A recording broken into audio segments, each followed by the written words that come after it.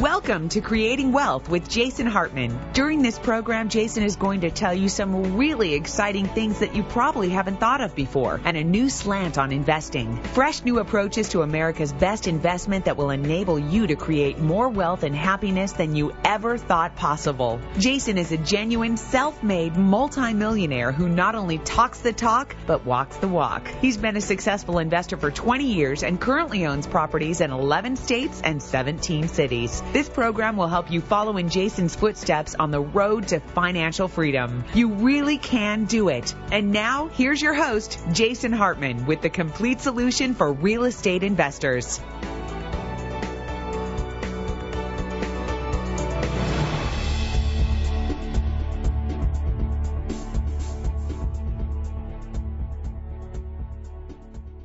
Welcome to Creating Wealth. This is your host, Jason Hartman, and we are here for show number 42. Thank you again so much for listening. We are getting quite popular, and we really appreciate your listenership and hope that the advice is good for you, and we'll continue to try and bring you the highest quality content, innovative ideas, and fresh perspectives on the real estate market. Today I'd like to talk mostly about debt, and we'll have a little clip here talking about Donald Trump, who I think you'll be interested in his philosophy on debt and hearing more about it. But a couple things before we get into our core content today. The first one is an interesting thing that Sarah, one of our investment counselors and also someone who does some of our rental coordination for us and for our clients, gave me that I thought was kind of a good little thing to start off with. It has been a wild ride this week with the economy and Wall Street and the financial markets, and it's amazing what's going on. I think the stock market is really nothing more than a gambling casino for business people. I'm so glad that I don't determine my mood like some people do by what's going on in the financial press and what's going on with the stock markets around the world on any given day, because it is a roller coaster. And if you listen to the last podcast, you know how I feel about group investing and investing in pools or investing in anybody else's deal or pooling money together. It's just a bad deal. But suffice it to say that there is a lot of fear out there nowadays. And again, it reminds me of that great quote by one of the world's most renowned investors, certainly, and that is Warren Buffett, when he said, "Be greedy when everybody else is fearful, and be fearful when everybody else is greedy." And I tell you, now when there is a lot of fear out there, in my opinion, is the time to get real greedy and start accumulating hard assets that are built from commodities. See, if you think about it, in 2006 in the United States, we broke the 300 million population mark. Last year in 2007, we added over 3 million people to the U.S. population, 3 million people that are counted, 3 million that we know of, not including various forms of illegal immigration. So the population of the planet increased. If you look on the front page of our website at jasonhartman.com, you see that world population clock, and it is just incredible. Go spend an hour at our website listening to podcasts, downloading videos, and watching some of the great educational content, reading articles, whatever it is, and just write down the world population when you visit the website, and then write down the world population when you leave the website. And you will see that there is good reason to be very bullish on packaged commodity investing, which we will talk about in a future podcast in great detail. But all of these commodities that it takes to build these houses and build the commercial real estate that we're helping people invest in, they are going up in value. So be greedy when everybody else is fearful. So when Sarah handed me this little quote yesterday, I thought it was interesting because it's about fear. And it's from a calendar that she has on her desk that is based on The Secret, which we talked about a few podcasts ago. And it says that fear is the most debilitating emotion there is. And each and every one of us can live a life without fear. The key to absolute freedom and joy for each and every one of us is to let go of fear. When you understand that fear puts you on a frequency of attracting more fearful events and circumstances into your life, you will understand how important it is to shift yourself. People are in fear of being late. of losing their job, of paying their bills, of getting sick. The list goes on and on. But the fear of those things is actually summoning more of them to us. The law of attraction is impersonal, and whatever we focus on with feeling is bringing more of it to us. When fearful thoughts come, stamp them out immediately. Send them on their way and replace them with anything that makes you feel good. Remember, all of this stuff about the law of attraction and the older philosophies of this, whether it be way back to biblical times or James Allen or all the stuff I talked about on podcast number 40 about this, is we're just bringing more of it into our lives. So we need to focus on the opportunities. The Chinese, they have that symbol for crisis, which is identical to the symbol for opportunity. And it means crisis is opportunity riding the dangerous wind. That's the literal translation. So every fear, every piece of bad news has a flip side of opportunity. And there is some market somewhere or some product somewhere where someone is creating wealth from it. Okay, also, I think just last Sunday, I believe it was, I got my first piece of hate mail. And I kind of like it when this happens because it really makes me think. I like people who challenge my ideas. So I want to thank Jenny Jones, who I think sent me sort of a snide email, which was kind of a little hate mail piece I thought I'd share with you here. And I guess when you're getting on someone's nerves out there, it means that you're doing a good job, right, in some way? Well, she says, "Hey, Jason, here's a good story for you to read to bring you back to reality about real life. Hope it's affecting you, too." And when you click on the story, the link that she sent, it's about what's going on in real estate and how tough it is for most people out there.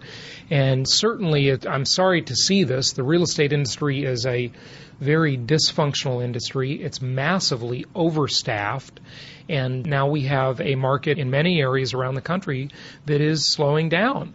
And so this is a change, and it will be painful for some people. And remember, the key to minimizing this kind of pain in anybody's life is to adapt quickly and to make changes quickly and to be nimble and agile when change comes and to expect change and be prepared for it in advance. I like to say expect the best, but be prepared for the worst. So anyway, this little sort of snide email that Jenny sent, I replied back to by saying, "Hi, Jenny. That's all true in many of the bubble markets like California, Florida, and many others.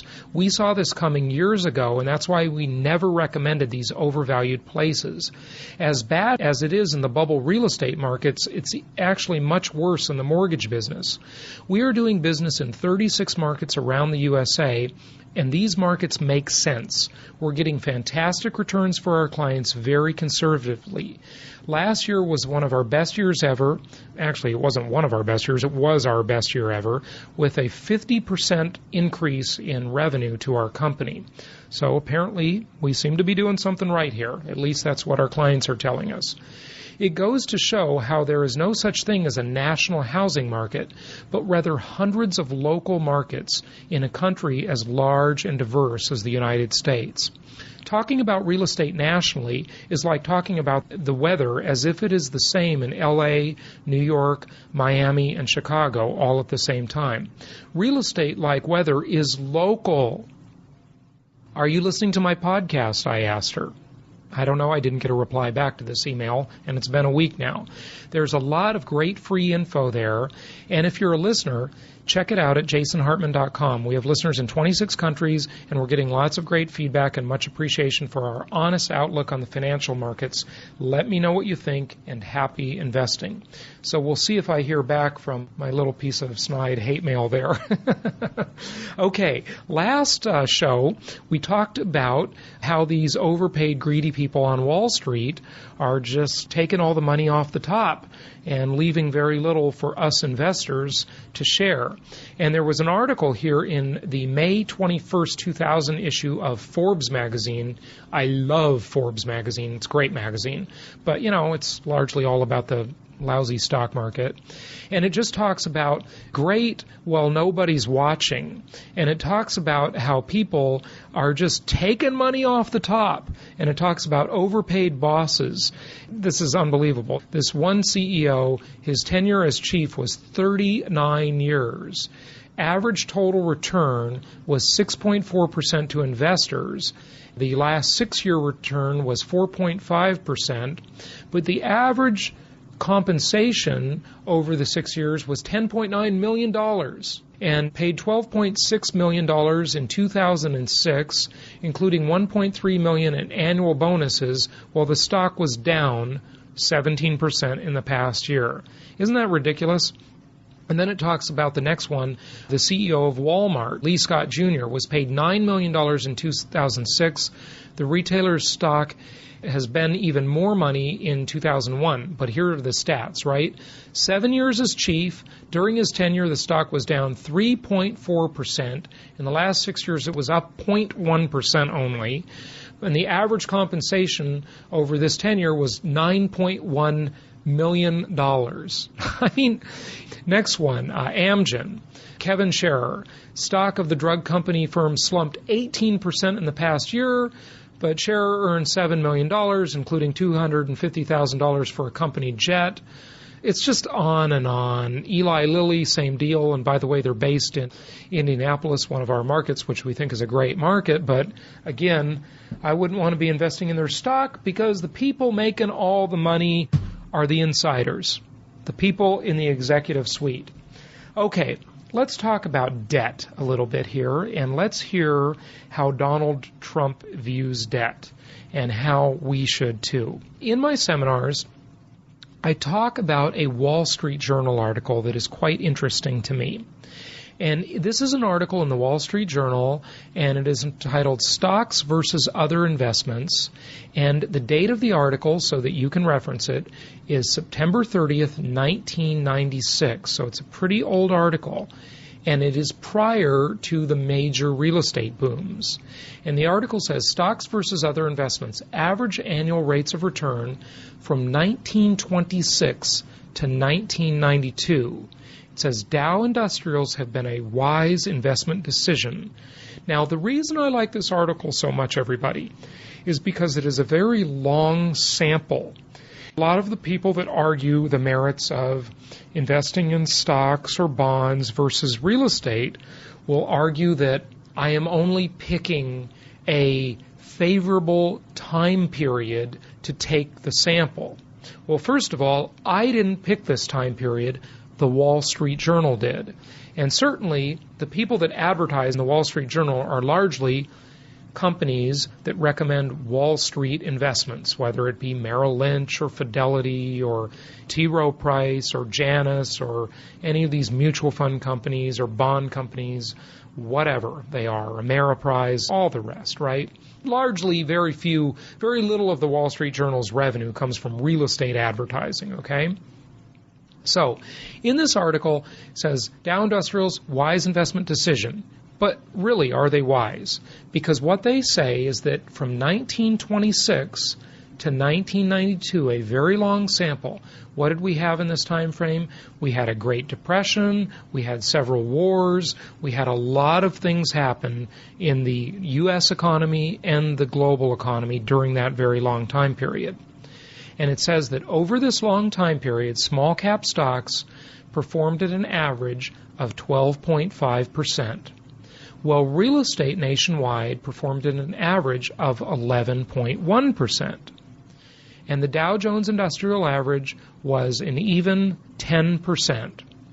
Now, by the way, just for comparison, bonds averaged 5.2%, Treasury bills 3.7%, and inflation 3.1% over this very long period. Now, I won't get into the inflation subject because we've talked about it on many past shows, but you know my feelings about how the inflation numbers are manipulated. Here's the problem, everybody, that even if you take what the Wall Street Journal says, it says Dow Jones have been a wise investment decision, you would have done better in real estate. But the reality is that nobody who is investing the right way in real estate ever pays cash for real estate. So if you put 20% down to acquire a property, that means you are financing 80% of it, and you have a 5-to-1 leverage ratio.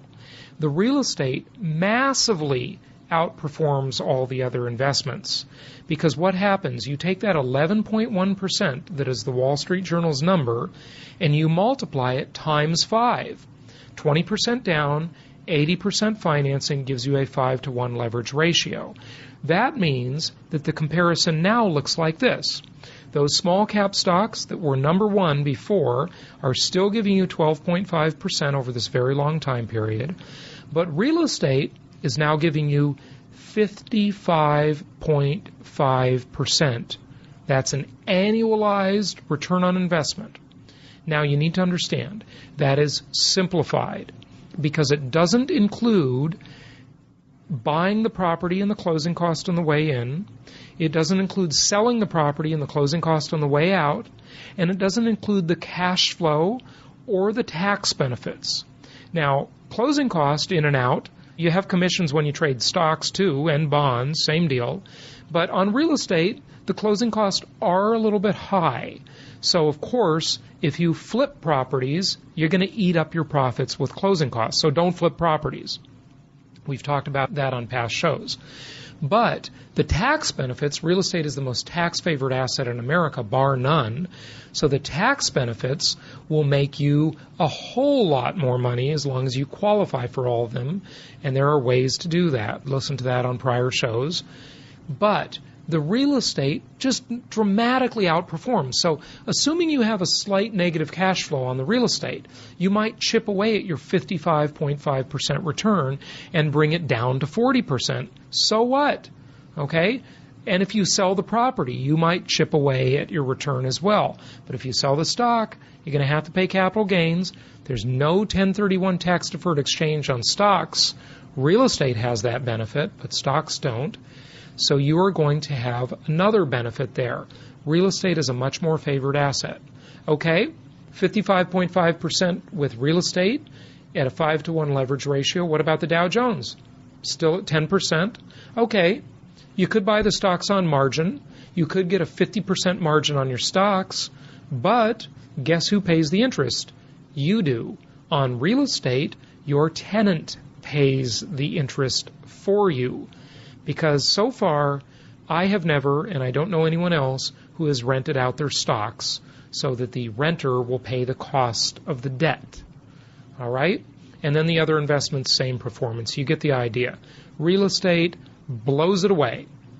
Okay, here's the return with 10% down and a 90% mortgage. Same numbers quoted in the Wall Street Journal, September 30th, 1996.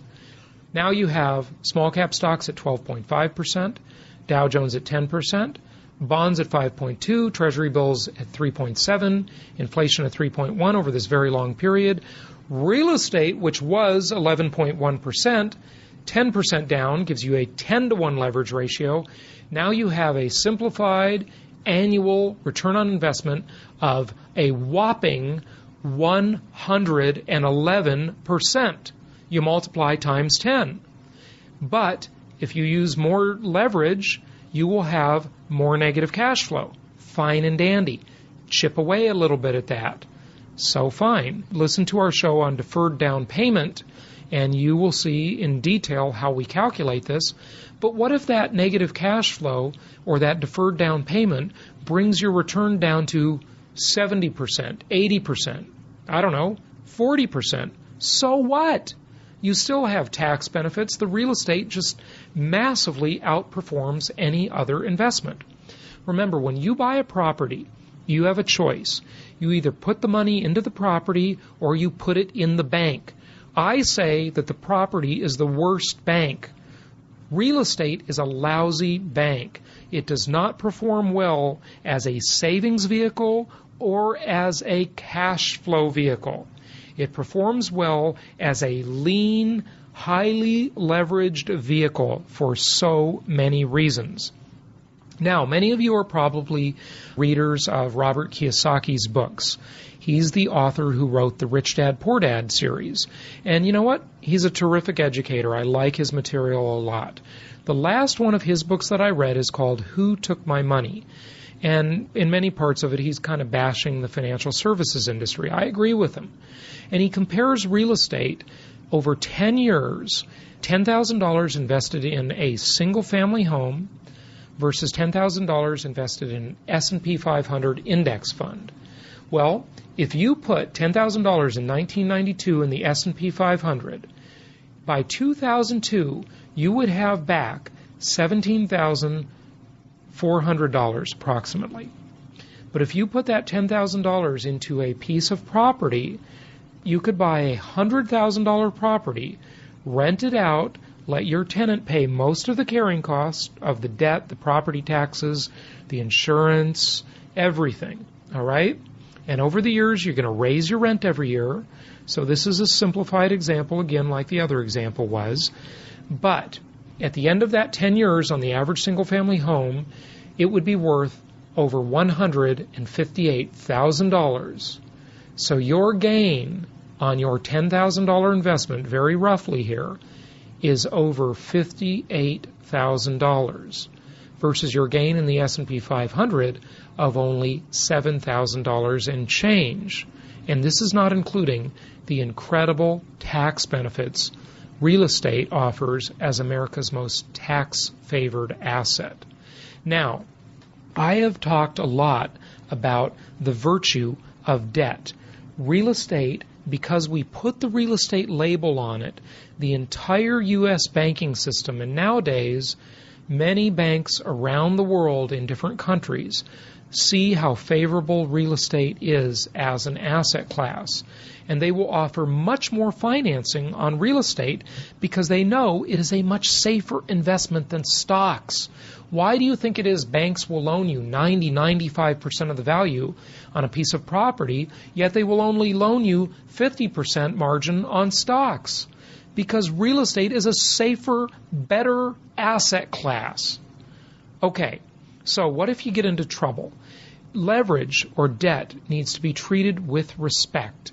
It is a powerful tool for wealth creation.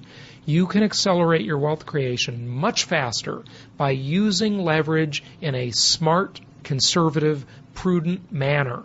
But if you're not careful and you don't respect leverage, you can also get yourself into trouble with it. So we have to respect it properly. Now, I ask a lot of you, and I have before, how many of you have ever loaned money to a friend or a family member? Guess who was in control of that transaction? Was it you, the lender, or was it your friend or family member, the borrower? It's the borrower. The borrower has the position of strength whenever they borrow money. So I say borrow money. Shakespeare was only half right when he said neither a borrower nor a lender be. Being a borrower is a good position to be in, as long as you are borrowing money on assets that create wealth and not assets that decline in value and do not create wealth, like consumer goods. Bad borrowing, good borrowing, constructive debt, destructive debt. But the other thing that happens is that the lender, when you get into trouble, if you ever do, is to a large degree your partner and your advocate and the party that can help you through these troubled waters. So let's listen in to a clip from a great book entitled All the Money in the World, where the author profiles the Forbes 400 richest people in America. And here's what he says in this short clip about Donald Trump. When Donald Trump, the big real estate investor, the big real estate guru, got into trouble in the 90s, what did his bankers do? Well, his bankers became his ally, his partner, and his advocate. If he was not leveraged, if he was not in debt, he would have had nobody to turn to except himself. So, listen into this clip, and I will be back with you in a few minutes, and we will talk more about the virtue of debt. Donald Trump, he has learned the hard way that in the casino and real estate industry, it's best to share the burden among as wide a group of people as possible. One of the highest profile victims of 1980's over-leveraging, and one of the few who lived to fight another day, Trump still emblazons his name on many projects springing up around the country. But it is often other people's money that bears the brunt of the risk. Trump began building his empire in the early 1970s by buying the railroad yards along the Hudson River of the failed Penn Central Railroad. Then he began investing in land in Atlantic City, eventually buying 2 hotels, the Trump Plaza and the Trump Castle. Both were described as deteriorating and problematic. In 1987, Trump added to his Atlantic City gamble by borrowing $80 million to buy a controlling interest in Resorts International, a company that included the Atlantic City Taj Mahal among its properties. The purchase was a first step in wresting control of the company. In addition to wrangling with shareholders, Trump also faced competition from Merv Griffin, the TV tycoon who had recently pocketed $250 million from the sale of his television production company, which had created Jeopardy and Wheel of Fortune. Griffin outbid Trump for control of the company, and the two ended up in court. In hindsight, being outbid by Griffin was a godsend, as Trump later admitted to Forbes. Resorts was in bad shape. Griffin's company financed the deal using $325 million of junk bonds and went bankrupt a year later when it couldn't handle interest payments. Trump, who had retained only the unfinished Taj Mahal Hotel Casino, along with a $12 million cash settlement, survived. But then he further added to his debt burden in 1988 when he bought the Plaza Hotel in New York City for $390 million and the Eastern Airlines shuttle, which he renamed the Trump Shuttle, for $305 million. By 1990, Trump was more than $3 billion in debt. As Mark Singer wrote in The New Yorker in 1997, Trump's excessively friendly bankers, infected with the promiscuous optimism that made the 80s so memorable and so forgettable, had financed Trump's acquisitive impulses to the tune of $3,750 million. Through the early 1990s, Trump and his organization went through a debt restructuring. He lost the Plaza Hotel, his Boeing 727, his yacht, and the Trump Shuttle. Worse still, Trump was personally liable for $900 million of the debt and was forced to agree to a personal spending cap of $450,000 a month. In the opening pages of his 1997 book, Trump, The Art of the Comeback, Trump recalls walking down Fifth Avenue one December evening with the holiday lights aglow, seeing a homeless bum on a corner, and thinking that this unfortunate man was richer than Trump. It would take years for Trump to work his way back. In the mid-1990s, Trump took 2 of his heavily debt-laden casinos public. The resulting company, Trump Entertainment Resorts, filed for bankruptcy in November 2004 and re-emerged the following May with Trump's stake in the company reduced from 47% to 31%, and with James B. Perry replacing Trump as chief executive. But the Trump Organization survived. Nowadays, Trump and his eldest children, Don Jr. and Ivanka, make their fortune overseeing other people's projects and bestowing upon them the Trump name and brand. Trump gets 8 to 15% of other developers' condo sales, usually puts up no money, and gets upfront payments of several $millions. According to Forbes, the Trump name can command a premium of 20 to 30% in added revenue for any project. And in 2006, the magazine reported no fewer than 33 Trump franchise projects underway. Yet, when asked what was the biggest risk he ever took, Trump didn't talk about his brushes with bankruptcy. Instead, he replied, "I took a big risk when I decided to star in and co-produce The Apprentice. The statistics show that 95% of all new shows fail. Those were not great odds, but I had a feeling the show would work. I wasn't expecting the show to become the #1 show on television. That was a nice surprise. But I did think the concept had merit, and knew we'd encounter some level of success with it. So how could a man whose businesses were once mired in billions of dollars worth of debt, with $900 million of that owed personally, see his biggest career risk as the apprentice? As weird as it seems, it also speaks to the supreme self-confidence shared by Trump and many others on the Forbes 400. When asked about that time in his life, Trump says, "Pressure can bring out the best and worst in people, and in my case, it made me stronger and more determined than ever. I also employed my blip versus catastrophe theory. Yes, I had some financial problems, but it wasn't a war, an earthquake, or something truly horrific. That allowed me to keep my equilibrium and perspective intact and make my company bigger and better than ever." Then he adds, "I was already planning for the future and what I would be doing, and I just knew that I'd pull through and continue working at what I loved doing." In case after case, self-confidence and fearlessness save the day for members of the Forbes 400. But it also helps if they are obsessed with their vision. Take, for example, the case of shipping magnate Daniel Ludwig. Born in 1897, Ludwig started out at age 19 with a $5,000 loan that he used to buy and convert a paddle steamer into a barge. Later, he moved on to chartering and eventually building tankers, becoming the owner of the fifth largest tanker fleet in the United States by the end of World War II. Ludwig leveraged his tankers to build a fleet that peaked at 60 ships, which he then used as collateral for loans that financed business ventures throughout the world, including real estate and mining. Wasn't that interesting? By the way, there's a lot of interesting stuff in that book or on the audio CD, which is what I played a clip of, and I'd encourage you to get it. It's called All the Money in the World, and it's about the Forbes 400. So it's really quite interesting. Here's the thing. Now, you may think after listening to that, gee, what if Donald Trump didn't have that debt? The debt is what got him into trouble. It does not make the opposite point. You're wrong about that if you think that, because the debt is what allowed Trump to create so much wealth.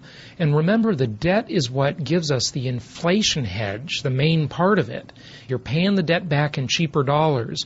I mean, it's kind of funny how they say that Trump said, well, I was in so much trouble, I was under so much pressure, yet he was getting, his bankers put him on an allowance of, $400,000 per month? Gee, it must be tough to live on that kind of money. And just remember, you can grow a lot faster with the prudent use of leverage. But I want to make something clear, that anything that does not create income does not qualify in my eyes as an investment, but rather a speculation. I've given the example on prior shows about when I bought those gold coins from the Monex dealer. And I said, I'll pay cash for them because I have to. You won't finance them over 30 years at the lowest interest rates in 4 decades. I don't get tax-deductible interest, and I can't rent them out to anybody. Remember, we don't recommend vacant land because it doesn't produce income. Your house is not an asset, the house you live in, because it doesn't produce income. Anything that is a consumer item, a new car, a new plasma TV, a vacation, new clothing, that is not something you should use debt for because it does not produce income. Only use debt for income-producing assets like rental properties because someone else pays the debt back for you. That is the key to creating wealth with debt. Otherwise, you are a speculator. You are just planning to buy low and sell high. If you buy stocks, you are a speculator. Buy low, sell high, maybe get some dividends along the way. If you buy precious metals, you are a speculator. Now, granted, I've made some good money in precious metals recently, and you might have too, and a lot of people have.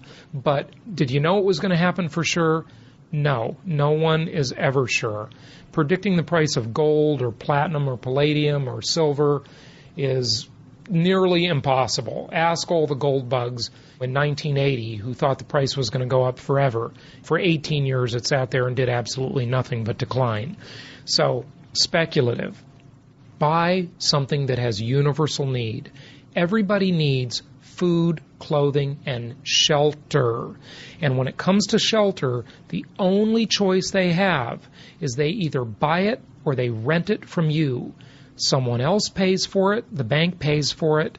Your risk is very low because you've only put a small amount of money into the deal. And by the way, let me mention something else about risk and debt.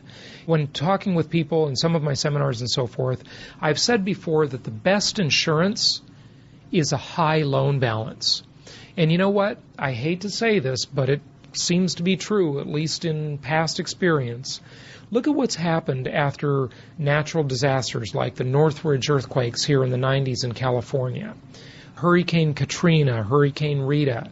The people that got hurt the most were the people that owned their properties free and clear, because they were the ones that had to go fight with their insurance companies to get them to pay the claim. Whereas the people that were highly leveraged, their lender became their advocate. Their lender was the one that helped them battle with their insurance companies to go recover the money and pay the claim.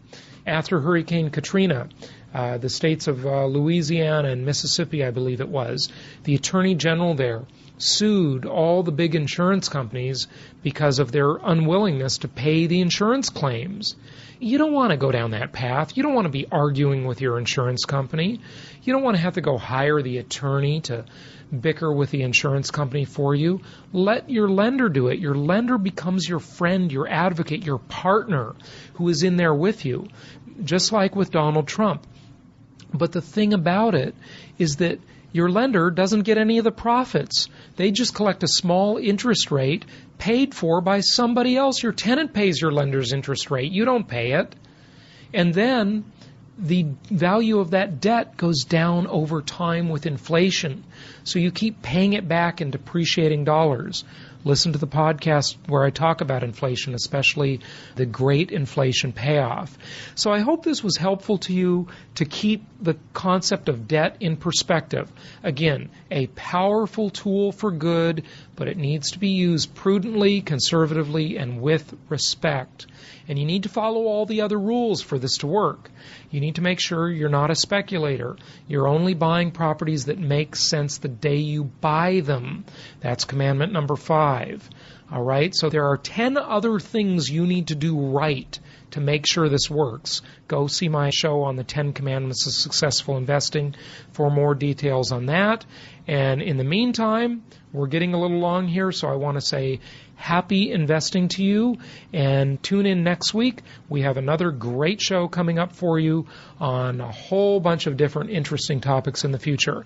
So this is Jason Hartman, over and out. Happy investing.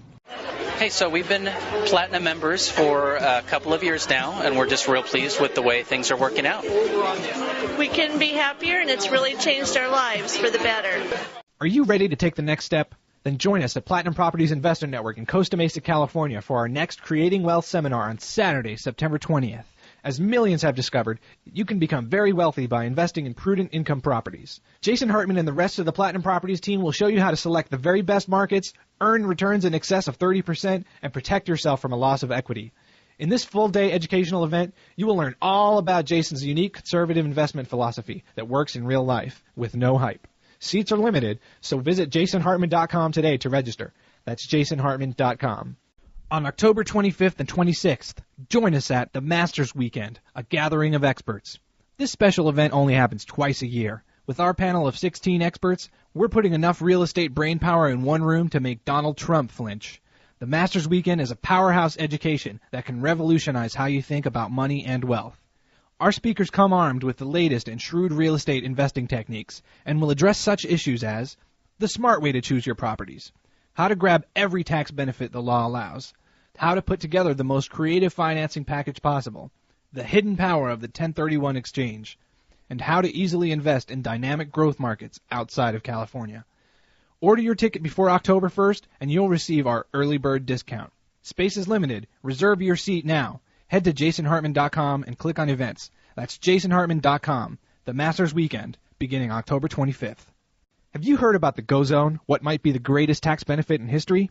If not, you must attend our Go Zone Tax Benefit Seminar on Tuesday, September 16th, right here in Costa Mesa, California. Act now to start slashing taxes from the past 2 years and set up your ironclad tax annihilation plan for next year. Sure, you could spend months picking through tedious legal jargon yourself, but our real estate specialists already understand it, and for less than the price of a good steak with all the trimmings, you can be front row center at the Go Zone seminar. Ask questions, take notes, bring your tax advisor. Leave with a solid understanding of how to save on taxes like no other time in history. To register for this very special event on September 16th, head to jasonhartman.com and click on events. jasonhartman.com. Attention, agents, brokers, and mortgage people. Do you know that we cooperate? Do you know that our network is an open system, that you can refer clients and outsource your investor clients to us and receive passive income? It's a really great opportunity. All you have to do is register your clients at jasonhartman.com and tell them to attend one of our live events, our live educational seminars. Listen to our podcast, go to the website and request our free CD at jasonhartman.com. And if they invest with us, per the terms listed on the website, you will get a referral fee. We have lots of agents, brokers, and mortgage people that receive surprise referral fees that they weren't even expecting. They get a check in the mail, and they are just happily surprised. It's a nice extra supplement to your income. So be sure to take advantage of our broker cooperation. Agents are welcome. We cooperate with outside people, and we'd love to help you with your investor clients. Hey, I just wanted to announce a couple of quick things for you. If you are able to come to one of our live events, we would love to see you and meet you in person. We've had people fly in from all over the U.S. for them, so hopefully you can join us for some of those events. I wanted to mention to you that we have a new offering, a free CD, a free audio CD that you will really like. We've had so many people that have given us really good comments about them, and you can go to our website at jasonhartman.com and just fill out a little quick web form, and you can either download it or you can have the physical CD mailed to you in the postal mail. But get the free CD, especially if you are a new listener, you need this.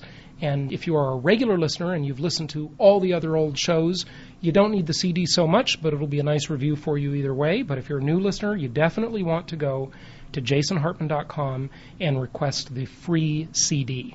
Remember that Platinum Properties Investor Network has moved. We are in our beautiful new office in Costa Mesa, California, 555 Anton, Suite 150 in Costa Mesa, California, 92626.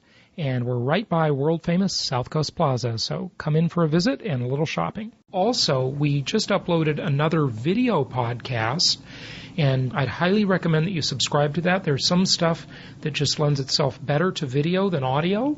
If you want to see what's on that, subscribe to it.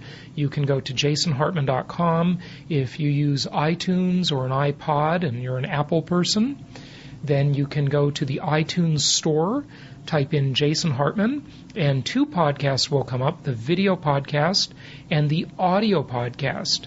And you're probably already, if you're listening, a subscriber to the audio podcast, so make sure you get yourself a free subscription to the video podcast as well. And this particular one that we just loaded in the video podcast is about naked short sales and what goes on with this short sale and manipulation of the stock market. It's a very interesting report from Bloomberg News, and I think you'll really learn a lot from that. So be sure to tune in and watch that. Be sure to see appropriate disclaimers and disclosures on our website at jasonhartman.com. Remember that we are not tax or legal advisors. Anyway, we'll talk to you next week. Thanks for listening.